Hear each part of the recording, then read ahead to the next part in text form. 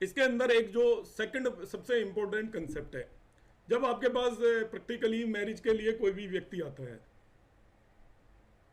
मैं D1 की बात कर रहा हूं, बाकी किसी की बात नहीं कर रहा। जब मैं असेंडेंट की बात कर रहा हूं तो D1 की बात होगी। नवांश क्वालिटी ऑफ मैरिज देखने के काम आती है। क्वालिटी में और सारे फैक्टर्स होते हैं।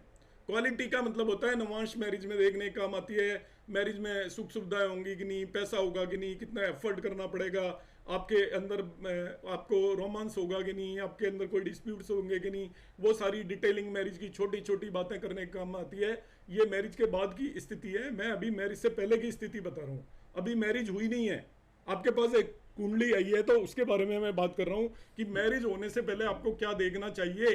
केवल असेंडेंट के बेस पर टेक्निक बता रहा हूं, आपको कुछ भी नहीं देख रहे हो आप जो 10 चीजें हम देखते हैं। देखिए क्या होता है कि एस्ट्रोलॉजी के अंदर एक सबसे रिक्वेस्ट है, जो क्लास में आ जाते हैं वो बगैर बताए क्लास लीव ना करें, ठीक है? क्योंकि क्लास के अंदर जो भी बताया जा रहा है आपके लिए ही बताया जा रहा है। मैं लीव करूंगा आपको कैसा लगेगा, बीच में से उठ कर चला जाऊंगा। मैं भी आपको पढ़ा रहा हूं तो मैं आपके साथ टाइम दे रहा हूं, आप भी मेरे साथ टाइम दीजिए। जिसको कोई प्रॉब्लम है तो वो अपने बता के जा सकता है। अब देखिए, मैं इसमें एक दूसरा बहुत इंपॉर्टेंट कंसेप्ट बता रहा हूं। मैरिज के लिए इतने सारे कॉम्प्लिकेटेड चीजें बता रखी हैं, इतने कॉम्बिनेशन बता रखे हैं, तो कुछ ना कुछ तो लग ही जाएगा, कुछ ना कुछ नहीं भी लगेगा। तो आपको क्या ध्यान रखना है, तीन चीजें देखनी होती हैं। एक वर्ड सुना होगा, भावफल। भावफल, सारा कुछ एस्ट्रोलॉजी भाव फल पर बेस्ड है। भाव कौन से फल, या भाव के कैसे फल, भाव के कब फल, यही प्रश्न है बस। तो भाव फल के 3 इंपॉर्टेंट कंपोनेंट होते हैं। भाव फल कैसे देखेंगे? सबसे इंपॉर्टेंट कंसेप्ट होता है किसी भी भाव के फल देखने के लिए, भाव का कारक, जिसको हम सबसे कम इंपॉर्टेंस देते हैं। अक्सर लोग तो देखते तक नहीं है। भाव का कारक, दूसरा होता है भाव स्वयं, और तीसरा होता है भाव स्वामी। तो भाव फल में 3 इंपॉर्टेंट चीजें होती हैं। ये प्रीवियस क्लास में क्वेश्चन किया था मैम ने, वो मैं क्लैरिफाई कर रहा हूं। मैम का क्या नाम था मुझे ध्यान नहीं आ रहा, वंदना मैम थी शायद। तो ये मैं क्वेश्चन क्लैरिफाई कर रहा हूं आपको। यहाँ पर एक मैं नियम बताने की कोशिश कर रहा हूं, जो कुंडली एनालिसिस की क्लास में आएंगे उन्हें भी आना चाहिए। ये एक बहुत इंपॉर्टेंट कंसेप्ट है जिसे हम इग्नोर करते हैं, अक्सर जगह पर पढ़ाते भी नहीं है। भाव फल क्या है? भाव के अंदर 3 कंपोनेंट है। एक होता है कारक। कारक मतलब कारण, कारण, कारक का मतलब होता है कारण। दूसरा होता है भाव, भाव स्वयं, खुद भाव। हम भाव देखते हैं ना, पीड़ित है, ये है, इसे ये देख रहा है, इसे वो देख रहा है, इसमें ये बैठ गया, भाव। तीसरा भाव स्वामी, हाउस लॉर्ड। ये 3 सबसे इंपॉर्टेंट पैरामीटर्स हैं किसी भी भाव के बारे में बात करने के लिए। बाकी जो चीजें देखते हैं वो उसको हम बहुत ज्यादा वेटेज देते हैं। मैंने देखा है कि अक्सर लोग शनि देख रहा है, फलाना देख रहा है, वीनस इससे कंजंक्शन में हो गया। अरे भाई, बेसिक चीजों को पकड़िए सबसे पहले। कंजंक्शन एस्पेक्ट तो बहुत कम रोल प्ले करते हैं। सबसे बड़ा रोल किसी भी भाव के रिजल्ट में आपको 3 चीजों को याद कर लीजिएगा। कारक मतलब कारण, भाव मतलब जमीन। जमीन, भाव कौन है? जमीन, जहां पर बैठे हुए हो, जो जगह है उसको भाव बोलते हैं। और लॉर्ड, कोई बात नहीं, कोई बात नहीं, कोई बात। लॉर्ड, लॉर्ड कौन है? किसान। जो आपका कारक है वो है बीज, और जो भाव है वो कौन है? खेत। और जो भाव का लॉर्ड है वो कौन है? किसान। आप इस तरीके से उसे समझें, तीनों को अंडरस्टैंड करना है। तो आपको किसी भी भाव के फल मिलेंगे, उसका कारण कौन होगा? कारण को कारक बोलते हैं। तो कारण कौन होगा? आपको सपोज आम खाने हैं, फल तो आम ही है ना, तो आम कैसे आएगा? सबसे पहले किस चीज की जरूरत पड़ेगी आपको आम लाने के लिए? आम के बीज की। हालांकि आम की गुठली लगती है, तो आम के बीज की। अब बीज लगाया आपने, बीज किस में लगाओगे? हाथ पे थोड़ी लगाओगे, बीज लगाओगे आप खेत में।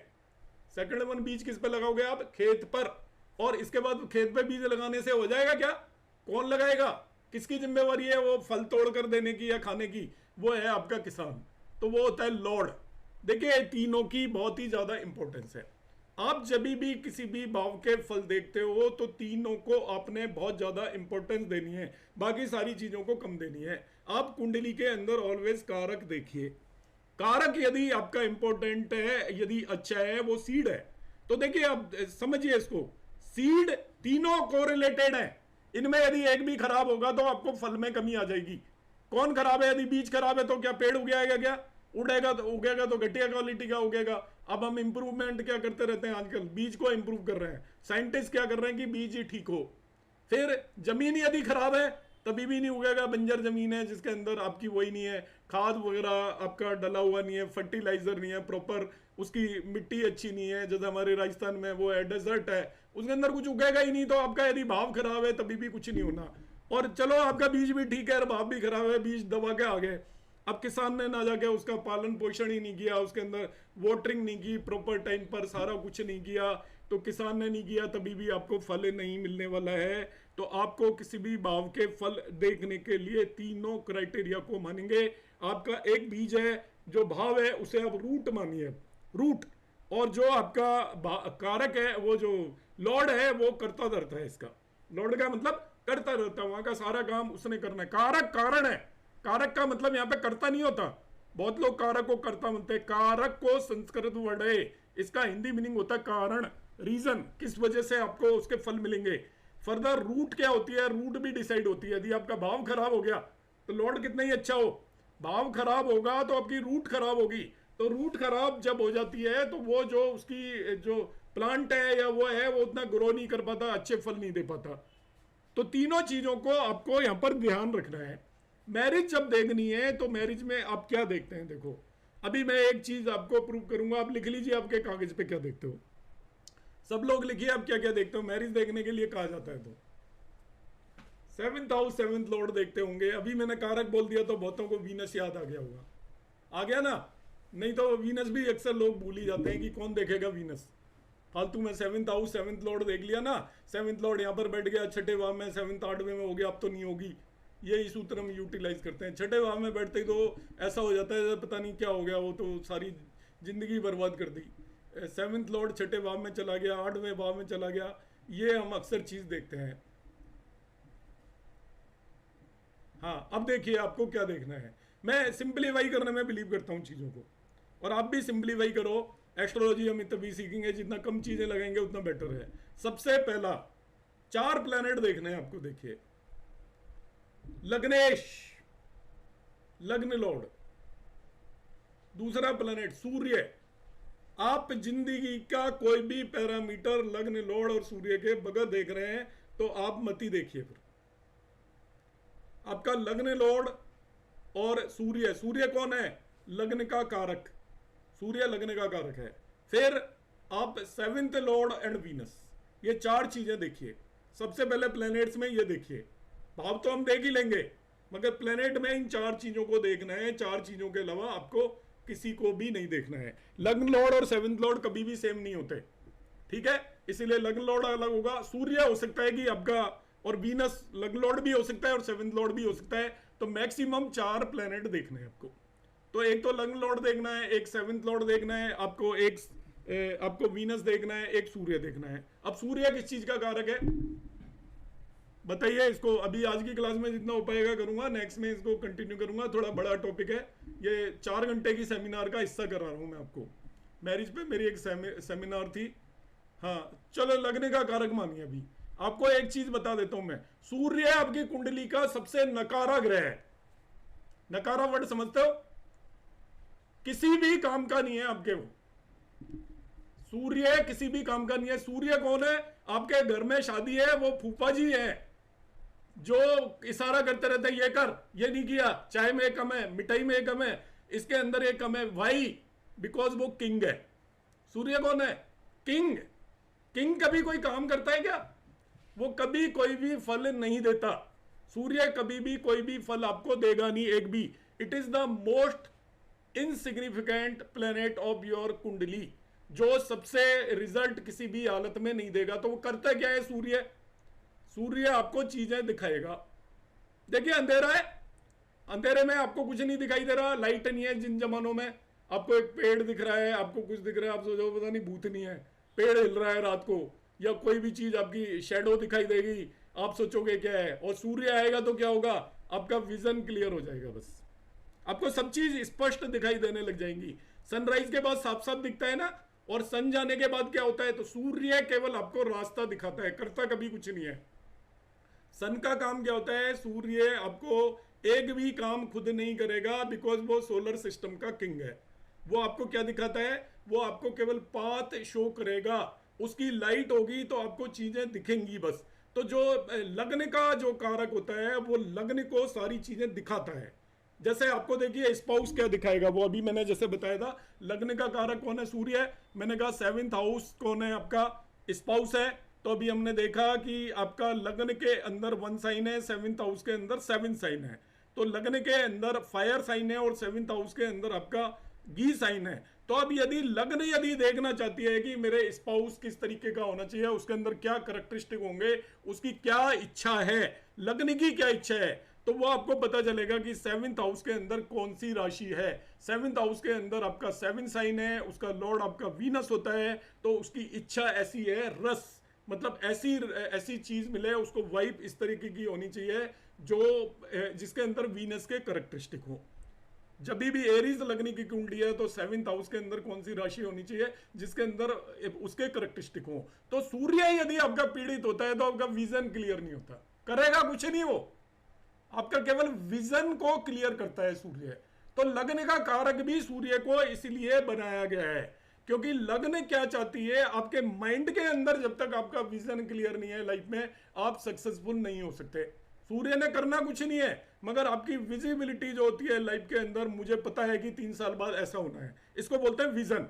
विजन किसे बोलते हैं? एक बच्चा 9th क्लास के अंदर पढ़ रहा है जिसका सूर्य कारक अच्छा है, उसका विजन क्लियर होगा, उसको साफ साफ नजर आएगा कि मैं 12th में मुझे जेई एडवांस क्लियर करना है। जेई एडवांस क्लियर करना है तो आज ही से मुझे 10 घंटा पढ़ना पड़ेगा, उसको विजन क्लियर है और वो आज ही से पढ़ने लग जाएगा। सूर्य का कोई रोल नहीं है, सूर्य ने क्या रास्ता दिखाया उसको, उसका आगे का पिक्चर क्लियर है कि मैं इसके बाद ये करूंगा, इसके बाद मैं क्या करूंगा। हाँ यस, इसके बाद वो क्या करेगा, आपका कहेगा कि मैं इसके बाद एमबीए करने जाऊंगा या एमएस करने जाऊंगा यूएस से, वो उसी पिक्चर पे लगा होता है। जो लोग बिल्कुल डिजाइन्ड वे में आगे बढ़ते हैं, आपने अरविंद केजरीवाल का नाम सुना होगा, हमारे दिल्ली के चीफ मिनिस्टर हुआ करते थे। सूर्य का कमाल है, सारा कुछ डिजाइन किया उस व्यक्ति ने कि मुझे कैसे एजिटेशन आना है, लोगों को क्या फ्री देना है, इसके बाद मुझे कैसे उनको क्या क्या कहना है, कौन सा स्वेटर में छेद करके पहनना है, कौन सी शर्ट बाहर निकाल के पहननी है, हवाई चप्पल पहननी है, इसके बाद 150 करोड़ का मैं महल बनवाऊंगा, लोग भूल भाल जाएंगे मैंने क्या कहा था। Everything was designed, this is the role of the son. उसको पता था क्या क्या होगा कि मैं 2015 में इलेक्शन जीतूंगा, इसके बाद इलेक्शन जीतूंगा, इसके बाद मैं 24 में आ जाऊंगा, ये सारी चीजें उसको डिजाइन थी। इसको बोलते हैं, ये रोल होता है सूर्य को, असेंडेंट को, आपको ये पिक्चर दिखा देता है कि किस तरीके से आपकी स्थिति होने वाली है।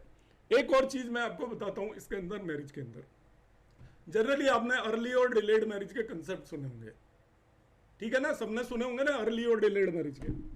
पहली बात तो अर्ली मैरिज क्या होती है, डिलेड मैरिज क्या होती है, ऑन टाइम मैरिज क्या होती है। ये नाड़ी का सूत्र है, वैसे वैदिक में भी कहीं कहीं पे पढ़ाया जाता है। आपके जो प्लेनेट हैं 9 के 9, सभी प्लेनेट की एक सर्टेन एज होती है जब वो प्लेनेट मैच्योर होते हैं। और मैच्योरिटी को, इसको ध्यान से समझना, प्लेनेट की मैच्योरिटी की एज की बहुत ज्यादा इंपॉर्टेंस है एस्ट्रोलॉजी में, जो हम यूटिलाइज अक्सर लोग नहीं करते। आपका जुपिटर 16 ईयर की एज में मैच्योर होता है, सूर्य 22 ईयर की एज में मैच्योर होता है, मून 24 ईयर की एज में मैच्योर होता है, वीनस 25 ईयर की एज में मैच्योर होता है, मार्स 28 ईयर की एज में मैच्योर होता है, मरकरी 32 ईयर की एज में मैच्योर होता है, सैटर्न 36 ईयर की एज में मैच्योर होता है, राहु 42 ईयर की एज में मैच्योर होता है, एंड केतु 48 ईयर की एज में मैच्योर होता है। मैच्योरिटी का क्या मतलब है? प्लेनेट के मैच्योर होने का मतलब है वो प्लेनेट उसके बाद नेचर पे आपको छोड़ देता है, वो अपनी तरफ से कोई भी उसमें चेंजेस नहीं आते। चेंजेस नहीं आते का मतलब, जैसे हमने कहा कि जुपिटर 16 ईयर की एज में मैच्योर होता है, तो आपकी जो बुद्धिमत्ता है, बुद्धि मैच्योर हो चुकी होती है 16 साल की उम्र में। 16 ईयर के बाद आपका माइंड मैच्योर और नहीं होता, तो कंप्लीट मैच्योर हो चुका होता है। इसके बाद उसी के बेसिस पर आप आगे चलते चले जाते हो। आपकी बुद्धि है ना, शुरू में बचपना होता है जिसको हम बोलते हैं बचपना। बचपना कब होता है? 10, 11, 12 साल तक के बच्चे हैं तो हम घर में कह देते हैं बच्चा है, मगर जब वो 16, 17 साल का हो जाता है तब बच्चा नहीं कहते। आईआईटी में उसी का सिलेक्शन होगा जिसकी बुद्धि 16 साल में मैच्योर हो गई है, और वो 2 साल दिन रात पढ़ के आपका लगेगा वही आपका जेईई एडवांस क्लियर करेगा। या नीट की एग्जाम वही क्लियर करेगा। 16 साल में जिसको जुपिटर मैच्योर सभी का हो जाता है, किस लेवल पे मैच्योर हुआ तो आपको पता है ना कि 16 ईयर की एज में डेडिकेशन में लग जाते हैं सारे लोग, दिन रात करना शुरू कर देते हैं, और वो तो बगैर मैच्योरिटी के नहीं हो सकता। 16 ईयर की एज में मैच्योर होता है। 22 ईयर की एज, उसमें कौन मैच्योर होता है? सूर्य। इनको मैं कोरिलेट करूंगा, अभी ध्यान रखना, क्योंकि मैं मैरिज से रिलेटेड टॉपिक पर चल रहा हूं, तो बीच में जो रिलेटेड टॉपिक्स हैं वो मुझे बताने जरूरी है। 22 ईयर की एज में आपका सूर्य मैच्योर होता है। अब सूर्य क्या है, आपको आप नोट कर लेना, जिनके बच्चे हैं इस एज के, 22 साल तक उन्होंने जो सीख लिया आप चेंज कर सकते हो। आपको लग रहा है बच्चे में चेंज नहीं हो रहा है, उससे पहले ट्राई कर लीजिए। 22 ईयर के बाद उसमें आप कोई भी चेंज नहीं कर सकते। दुनिया की कोई भी ताकत उसको नहीं बदल सकती। उसका जो इनहेरेंट नेचर है, उसका जो टेम्परामेंट है, यू कांट चेंज। वो चाहे उसको दबा ले, मगर जब सिचुएशन आएगी तो वो उसी तरीके का होगा। जो भी उसने सीखना है 22 साल तक, वो बिहेवियर जो भी है, अच्छा बुरी बातें सब सीख जाएगा। उसके सब कॉन्शियस माइंड के अंदर वो चीज़ें बिल्कुल फिट हो जाएंगी। 22 ईयर में एक्चुअली सूर्य मैच्योर हो जाता है, और जब सूर्य मैच्योर हो जाता है तो उसके बाद वो हेड का कारक है एक तरीके से सूर्य। 22 ईयर में सूर्य के मैच्योर होने के बाद आप अपने बच्चे के अंदर कोई भी चेंजेस, बिहेवियरल चेंजेस नहीं ला सकते। अब वो ड्यू टू सम रीजन दबके रह जाएगा, मगर उसके अंदर आप कोई भी चेंजेस नहीं ला सकते, तो चेंज आपका ले आएगा। 24 साल की उम्र के अंदर मून आपका मैच्योर होता है, 25 में वीनस मैच्योर होता है। ये वो उम्र है जब वो उसका मन भटकता है, एंजॉयमेंट के लिए जाता है। 24 और 25 साल की उम्र में मन भटकता है और एंजॉयमेंट के लिए जाता है। उसकी इच्छा होती है कि अपोजिट जेंडर की तरफ अट्रैक्ट हो, इस तरह की कोई भी एक्टिविटीज करे, उन बंधनों से निकलता है वो। आज के जमाने में जिसने पढ़ाई करनी है 21-22 साल में इंजीनियरिंग कर लेगा, 24 साल में यदि वो MS वगैरह करना है तो भी कर लेगा। आजकल हालांकि आगे भी एक्सटेंड हो जाती है, मगर ऑन एंड एवरेज तब तक उसकी एजुकेशन कंप्लीट हो जाएगी। जब उसकी एजुकेशन कंप्लीट होगी तो वो क्या करेगा?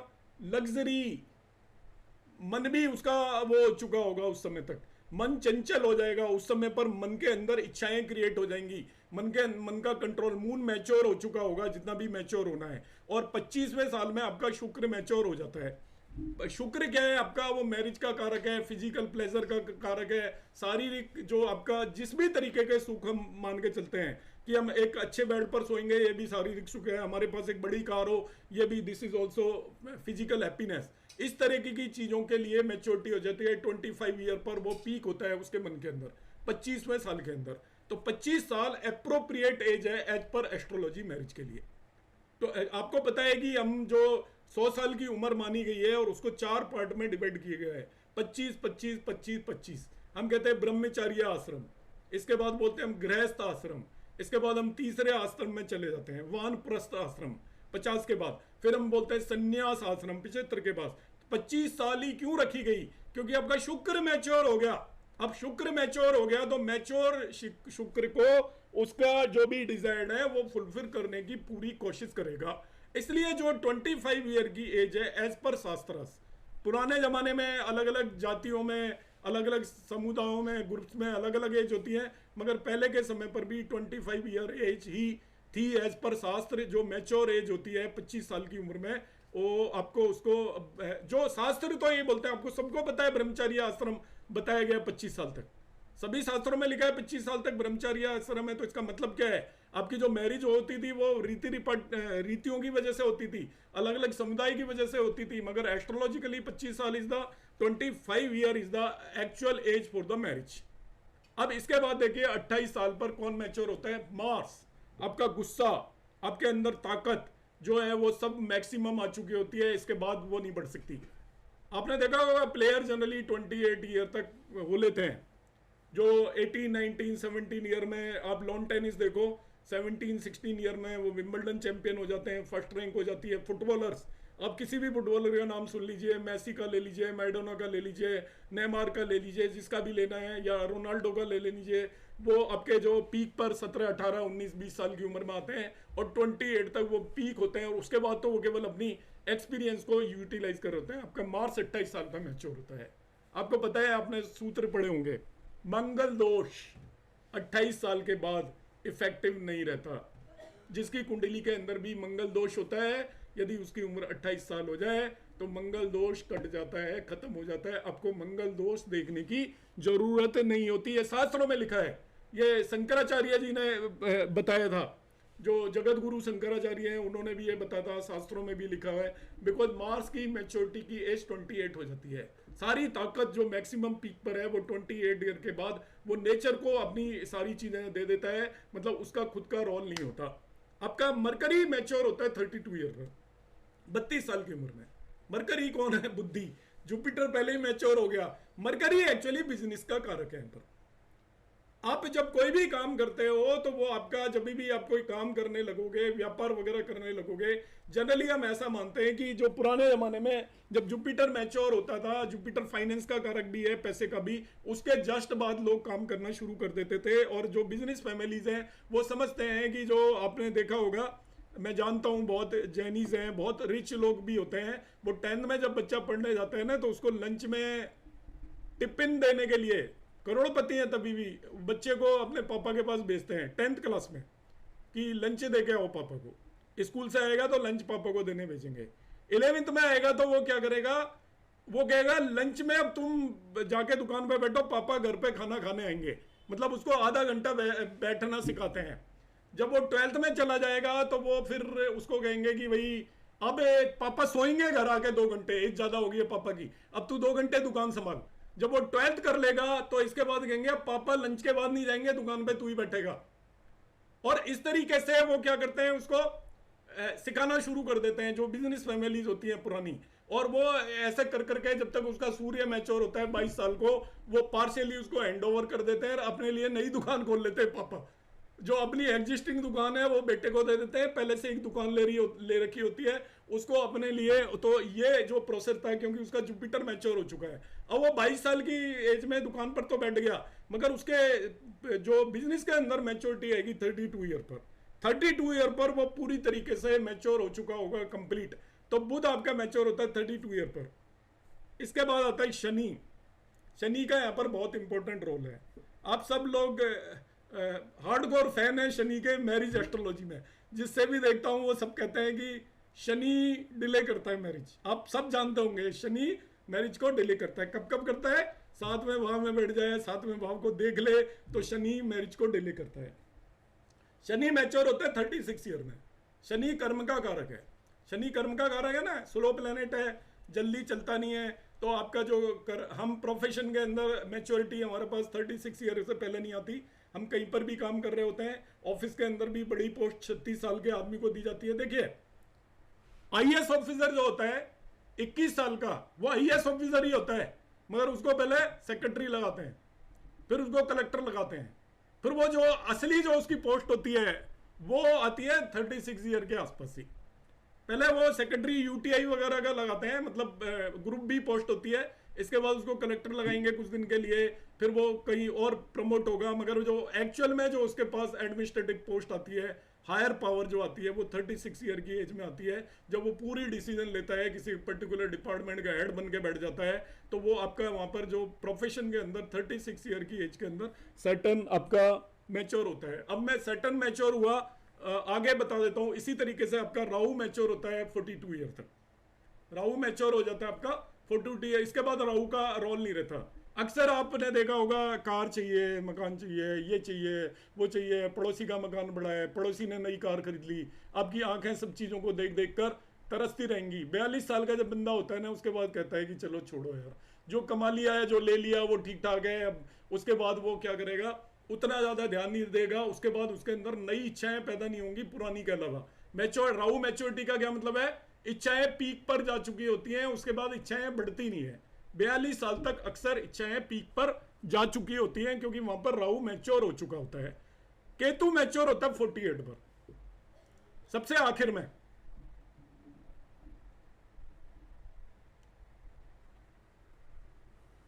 हाँ, अभी मैं बताऊंगा सैटर्न का। वो आप ये मत पकड़िए, वो हम क्यों बताते हैं वो मैंने पहले ही बताया है कि सैटर्न का हम क्यों बात करते हैं, वो मैं बताऊंगा क्यों करते हैं। अब केतु होता है 48। केतु डिटैच करता है। केतु जब मैच्योर होता है, प्लैनेट्स का रोल खत्म हो जाता है।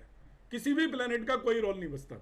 सब प्लैनेट मैच्योर हो चुके होते हैं और अब आप नेचर के हाथ में होते हो। सब आपने जो सीखना है, जैसे हम कहते हैं ना अपने बच्चों को, कहते हैं मैंने धूप में बाल काले सफ़ेद नहीं किए हैं, ये एक्सपीरियंस के सफ़ेद बाल हैं।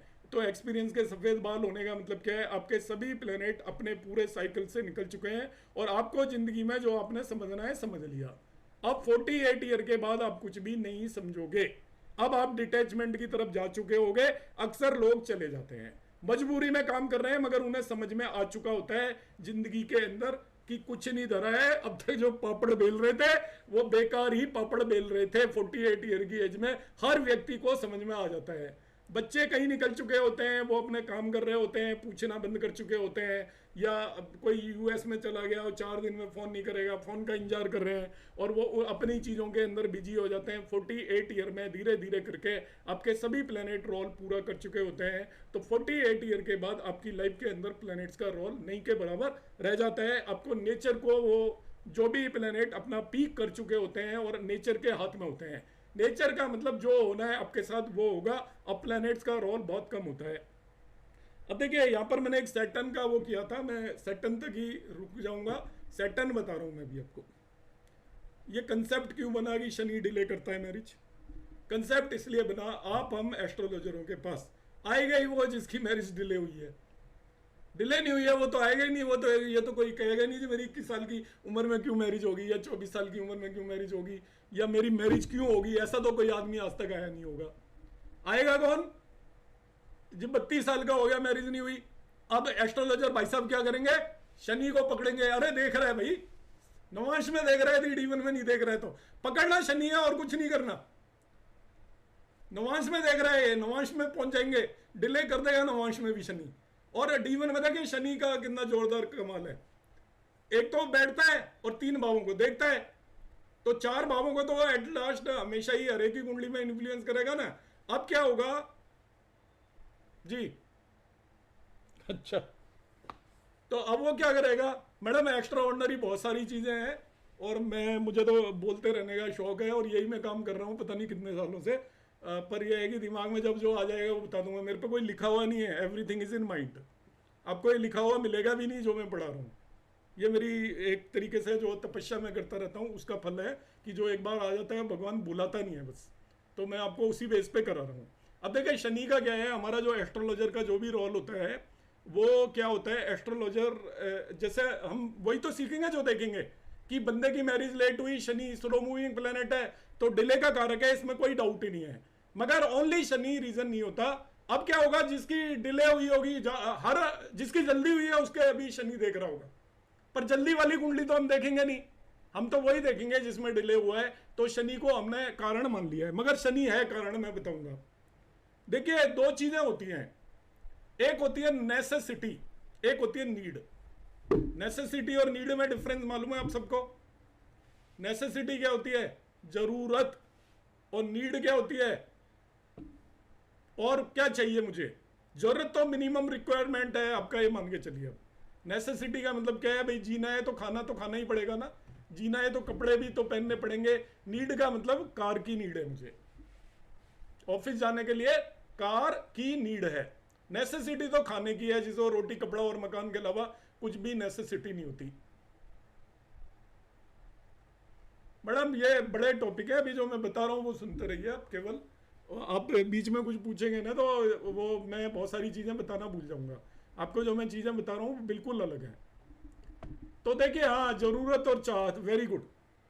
तो सैटर्न का काम आपकी नेसेसिटी पूरी करना है बस। सैटर्न नीड पूरी नहीं करेगा,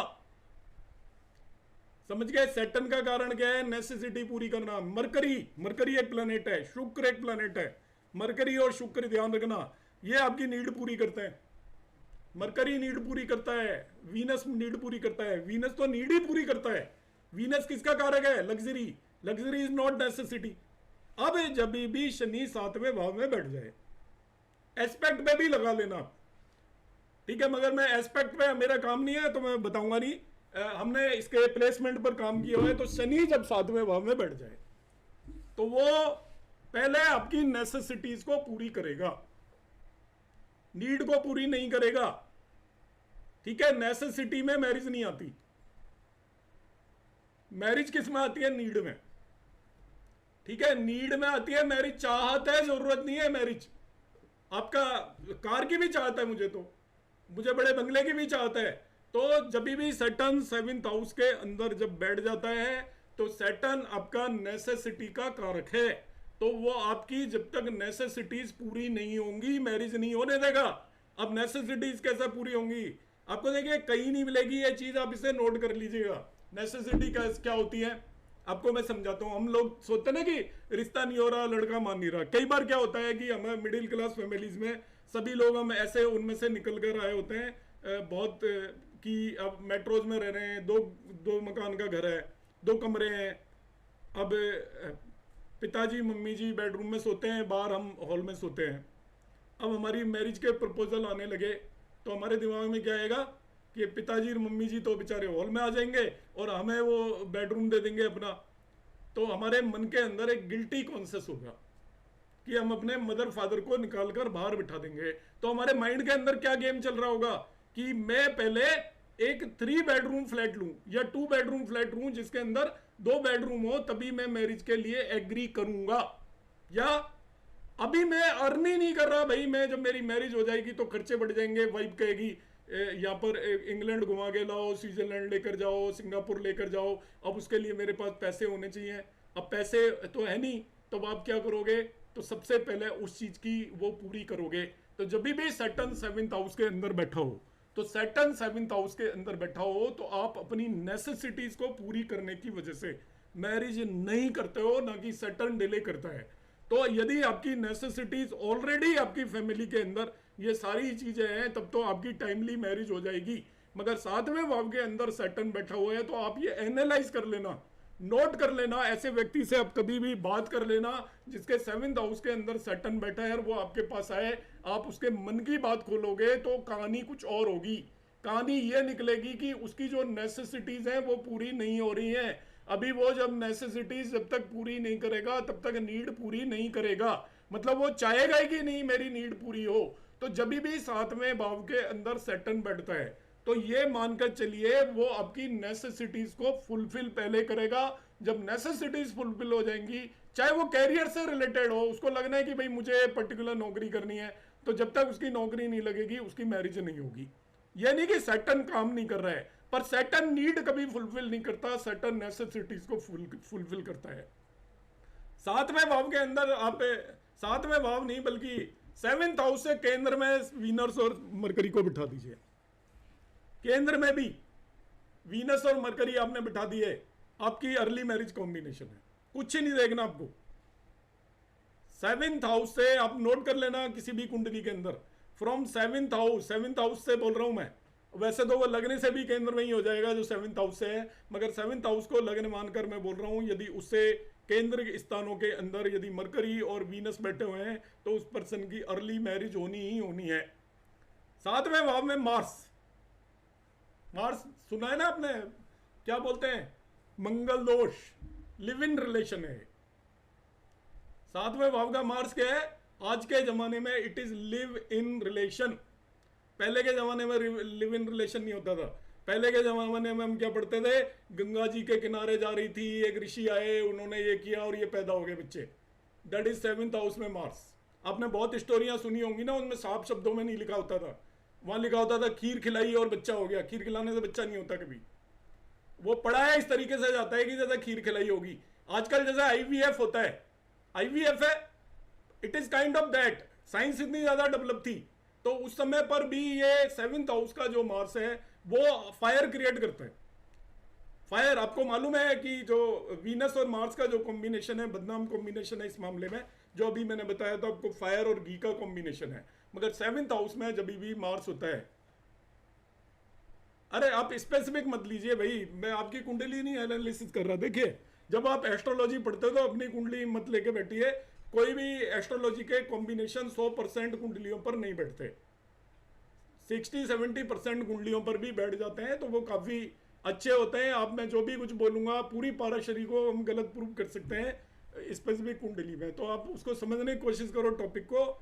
हाँ, तो इसके अंदर क्या होता है देखिए, आप उसको माइंड मत करना जो मैं बोल रहा हूं, क्योंकि आप अभी अपनी कुंडली पर मत लगाइए, आप चीज को समझिए एक्चुअली। ये नहीं कि मैं बोला है आप नाराज हो जाओ, सोचो मैंने इस तरीके से बोल दिया। तो उसका पर्पज जो है मेरा समझाने का, क्योंकि ऐसा कुछ भी नहीं लगता, बहुत सारी चीजें हैं। 10वें भाव का शुक्र बैठ जाता है तो क्या कहते हैं ये फलाना योग बन गया, कोई योग वोग नहीं बनते। तो मैं पहले ही बोला था, बृहद पारसर, होरा शास्त्र, एस्ट्रोलॉजी के कोई भी कॉम्बिनेशन अक्सर पूरी तरीके से वो नहीं होते। अब मार्स से 7th हाउस के अंदर बैठ जाता है तो आपके अंदर वो extreme level of desire create करता है। Extreme level of desire create करता है तो वो ही लिव इन का एक रीजन है, या उस तरीके के अनएथिकल रिलेशंस बनाने की कोशिश करेगा वो व्यक्ति। 7th हाउस के अंदर शुक्र जाएगा, सुनिएगा ध्यान से, मैरिज तो हो जाएगी, संतुष्टि नहीं होगी। एक रानी लाएगा, फिर दूसरी लाएगा, फिर तीसरी लाएगा, फिर चौथी लाएगा, फिर कानून रोक देगा तो ठीक है, नहीं वो लेता ही आएगा। 7वें भाव का शुक्र आपको कारको भावनाशा है, मैलिफिक प्लेनेट देख रहा हो तो मैरिज में दिक्कत नहीं करेगा, आपकी मैरिज अर्ली होगी। मगर 7वें भाव का शुक्र मैरिज अर्ली होने वाला होगी। केंद्र स्थानों में शुक्र है तो मैरिज अर्ली होगी आपकी। 7th हाउस का शुक्र है तो मैरिज अर्ली होगी, मगर साथ में क्या करेगा वो आपको मैरिज से रिलेटेड हैप्पीनेस क्रिएट नहीं, हैप्पीनेस आपको बिल्कुल भी नहीं मिलने वाली है। रीज़न मैंने आपको बता दिया, हैप्पीनेस नहीं मिलने का कारण क्या है, क्योंकि जो शुक्र है वो किस चीज़ का 7th हाउस का कारक है, तो वो कार को भावनाशय का वो क्रिएट करेगा, प्रॉब्लम क्रिएट करेगा, तो वो पर्सन मैरिज कर भी लेगा तो आपको उसको उतनी हैप्पीनेस नहीं मिलने वाली है। आज की क्लास को मैं यहीं पर एंड करूँगा। नेक्स्ट क्लास में देखते हैं इससे रिलेटेड मैं आपको और आगे एक्सटेंड करके बताऊंगा। तो मैंने कुछ एक यहाँ पर कंसेप्ट आपको डिफरेंट टाइप बताने की कोशिश की है, जो हम अशकूट मिलान वगैरह करने की कोशिश करते हैं। तो आप ज़रा इन चीज़ों पर काम करिएगा। ये बहुत हायर लेवल रिसर्च कंसेप्ट मैंने बताया, होपफुली आपको समझ में आ गया होगा। अनम्यूट में कर देता हूँ, आपको यदि किसी को कुछ पूछना है तो आप पूछ सकते हो। सर क्वेश्चन पूछना था, एक बोल सकते हैं? मैं जिसको कहूँगा वही पूछेगा, नहीं तो इसके अंदर नॉइज आएगी।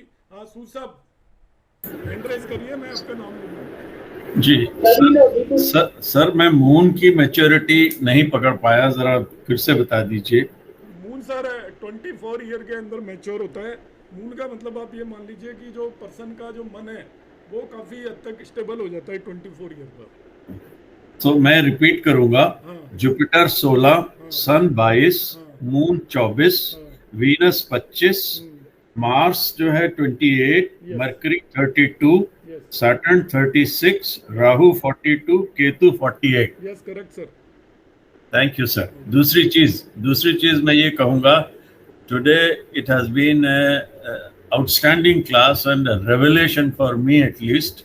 में भी और बहुत ज़्यादा पढ़े लिखे लोग बैठे हैं, लेकिन मैं तो अपने आप को अनपढ़ ही मानता हूँ, लेकिन फिर भी इतनी शानदार क्लास, मतलब मेरे पास शब्द नहीं है बताने के लिए। Thank you sir, thank you. आपके जो वर्ड्स होते हैं वो मुझे और भी ज़्यादा वो करते हैं कि मैं भी कुछ और पढ़ूं, क्योंकि सीख आप भी रहे हैं, मैं भी रहे हैं। जॉन अलग है, मैं कहीं कुछ सीख रहा हूँ, आप कुछ सीख रहे हैं, तो मैं थोड़ा ये मेरी आदत है कि मैं बताने की कोशिश करता हूँ जो थोड़ा बहुत पता चलता है कहीं से। जी गौड़ जी, हितेश गौड़ जी। सर नमस्कार। नमस्कार जी। सर सबसे पहले जैसे आर.के. सर ने कहा, सर बिल्कुल एकदम अलग ही कॉन्सेप्ट, पहली बार सुना है ये, इससे पहले कभी भी नहीं सुना था sir. Thank you so very much sir, इतनी अच्छी नॉलेज शेयर करने के लिए हमारे साथ में। सर मेरा सवाल है, जो अपने भाव भावेश कारक का जो बताया था, इसमें भाव क्या देगा, भावेश क्या देगा, कारक क्या देगा? जैसे मैंने जो सॉरी थोड़ा बड़ा हो जाएगा टॉपिक, वो बाद में लेंगे किस दिन। ठीक है सर, ठीक है। वो फिर थोड़ा सा डिटेलिंग होगी तीनों में ही, तो अभी मैं बता नहीं पाऊंगा पूरी तरीके से। ठीक है सर, ठीक है। Thank you so much sir, thank you. Pratibha Chaudhary ma'am. नमस्कार सर। जी नमस्कार मैम। सर आज की क्लास में जो जानकारी मिली ये कहीं नहीं मतलब मिल सकती, इसके लिए आपको बहुत बहुत धन्यवाद। कोई बात नहीं मैम, कोई बात नहीं। जी सर जैसे आपने मार्स की और वीनस की बताया, ये लगता है सर 100%, मैंने कई चार्ट में देखा, पर क्या दृष्टि मतलब भी लगेंगी मार्स की, जैसे 3 दृष्टि होती है? तो नहीं, ये तो मैंने केवल राशियों के बेस पे बताया मैडम, प्लेनेट तो अच्छा जी। ये केवल मैंने असेंडेंट के बेस पे बताए हैं कॉम्बिनेशंस। हाँ जी, तो थोड़ा सा सर देखना सर, जैसे मार्स की विनस पे दृष्टि हो उसको पीड़ित करेगा, या मतलब किस तरीके से उसका देखेंगे फिर? नहीं, वो तो मास से तो करेगा, वो तो कह रहा हूँ मैं अलग तरीके से मैं एनालाइज करना पड़ेगा। अभी जो मैंने आज की क्लास में बताया है वो मैंने प्लेनेट को लिया ही नहीं है। प्लेनेट ये को, तो सब क्लियर है सर, जो बहुत अच्छे से समझाया हाँ, आपने, वो एक एक। प्लेनेट को लेकर आप अलग से एक बार पूछ लेना, डाइवर्जन जी हो जाएगा। सर। एक्चुअली पता है, देखो मैं आप सबको बता देता हूँ। आप लोग ग्रुप पे भी कई क्वेश्चंस भेजते हो, मैं कई बार हाँ आंसर नहीं करता। वो इसलिए नहीं करता कि वो आंसर ग्रुप पे नहीं किया जा सकते। जी सर। आपने जैसे कुंडली भेज दी, अक्सर लोग भेज देते हैं। अब कुंडली को हाँ आप जी। जैसा चाहते हो वैसे मैं आंसर नहीं कर सकता, उसको एनालाइज करना पड़ता है। उसमें कई सारी चीजें होती हैं, आगे पीछे होती जी हैं। अब सर। जैसे एक पर्सन ने भेजा था पति पत्नी और वो का क्या कॉम्बिनेशन है। अब ये वन वर्ड में मैं आंसर थोड़ी कर सकता हूँ कि मैं वहां पर आंसर सही कर कहते दूंगा। हो सर। हाँ इसमें जी, वैसे एक आपने वो डिटेलिंग है एक्चुअली। और डिटेलिंग, संतान रिलेटेड जो थी टॉपिक, वो बहुत अच्छी वीडियो बनाई आपने, वो भी बहुत हटके है और बहुत अच्छी वीडियो, उसके लिए कोई शब्द नहीं है मेरे पास कि मैं उसकी तारीफ कर सकूं। कोशिश तो करते हैं आपने वो। बहुत डिटेल में समझा दिया sir, thank you so much sir. जी जी। तो उसमें यह है कि आप सब लोग उस चीज को समझा करें कि मैं आंसर नहीं कर रहा हूं, इसका मतलब यहाँ पर वो आंसरेबल नहीं है। एक दूसरा क्या होता है, मैं आंसर करूंगा उसके ऊपर से और कई लोग वो पॉइंट काटने लग जाते हैं। अब मैं किस बेस पे कर रहा हूँ वो उन्हें नहीं पता, इसलिए जी भी मैं अवॉइड करता हूँ आंसर करना। कि जी मैंने सर। एक एनालिसिस दिया, वो उस पर फिर मैं बीच बीच में घुस नहीं सकता ना, कि कोई कुछ जी डाल सर। रहा है फिर कोई कुछ डाल रहा है, फिर मैं उसको क्लैरिफिकेशन दूं फिर उसका क्लैरिफिकेशन दूं। तो इन जनरल मैं कुंडलियों पर कभी भी कोई जी अपने कमेंट नहीं करता, कभी भी नहीं करता, इंडिविजुअल कुंडली पर नहीं करता मैं। जी सर, समझ। जी। माधुरी मैम। Thank you. हाँ जी सर, मेरा ये क्वेश्चन है, जैसे आपने बताया कर्क और सिंह लगन में जी थोड़ा मैरिज में डिस्प्यूट रहते हैं, जी। और सर अगर नवांश में उनका मैचिंग बन जाए, मैडम मैचिंग कोई करनी नहीं नवांश है। में मे बी कन्या लगन हो जाए, और नहीं, मैं मैचिंग की बात ही नहीं कर रहा। नवांश इस काम के लिए नहीं होता। नवांश होता है आफ्टर मैरिज। मैं बिफोर मैरिज की बात कर रहा हूँ कि वो उसके इनबिल्ट प्रोमिस है। जब आपकी मैरिज हो जाती है ओके तो नवांश कुंडली आपको ये इंडिकेट करती है मैरिज के किस एरिया में आपका कैसा रहेगा। आप नवांश से देख सकते हो, उसका जो मैरिज नहीं निभेगी उसका कारण पता चल जाएगा आपको नवांश से। मगर नहीं निभेगी वो D1 से ही पता चल गया आपको। आपकी जैसे 4 साइन की कुंडली है तो ऐसे पर्सन को लगातार काउंसलिंग की जरूरत होती है, समझाने की जरूरत होती है। सर 4 लगन वाले की मैरिज अगर 6 वाले से हो जाए तब उनकी कंपैटिबिलिटी बन सकती है? नहीं, वो मतलब 4 वाले की में यदि 1 से हो जाती है, 2 से हो जाती है, तो ये मान के चलो कि 1 और 2 वाले की तो रहेगी। एक जना ठीक है तो वो दूसरा जना थोड़ा उसकी कुंडली में प्रॉब्लम भी है तो वो थोड़ा निभ जाएगी।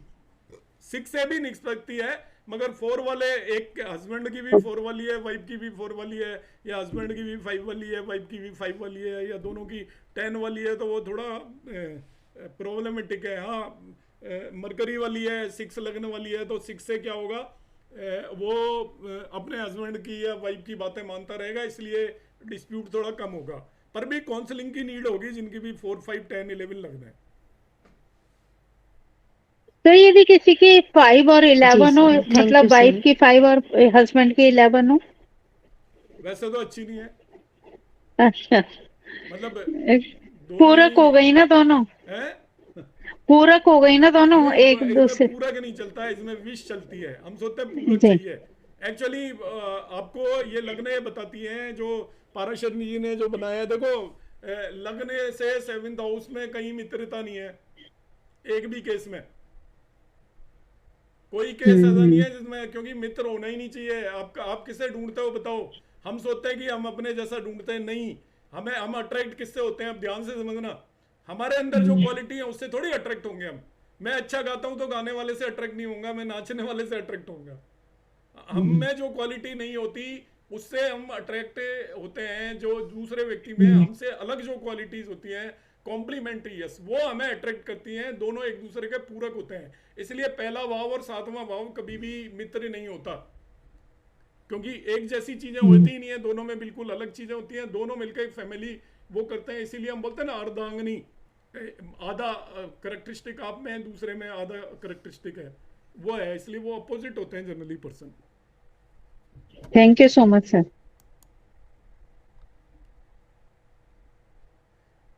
बहुत ज़्यादा डाउट है। देखो आज एक्चुअली क्या है, मेरी कॉलेज में भी क्लास होती है तो काफ़ी थक चुका हूँ।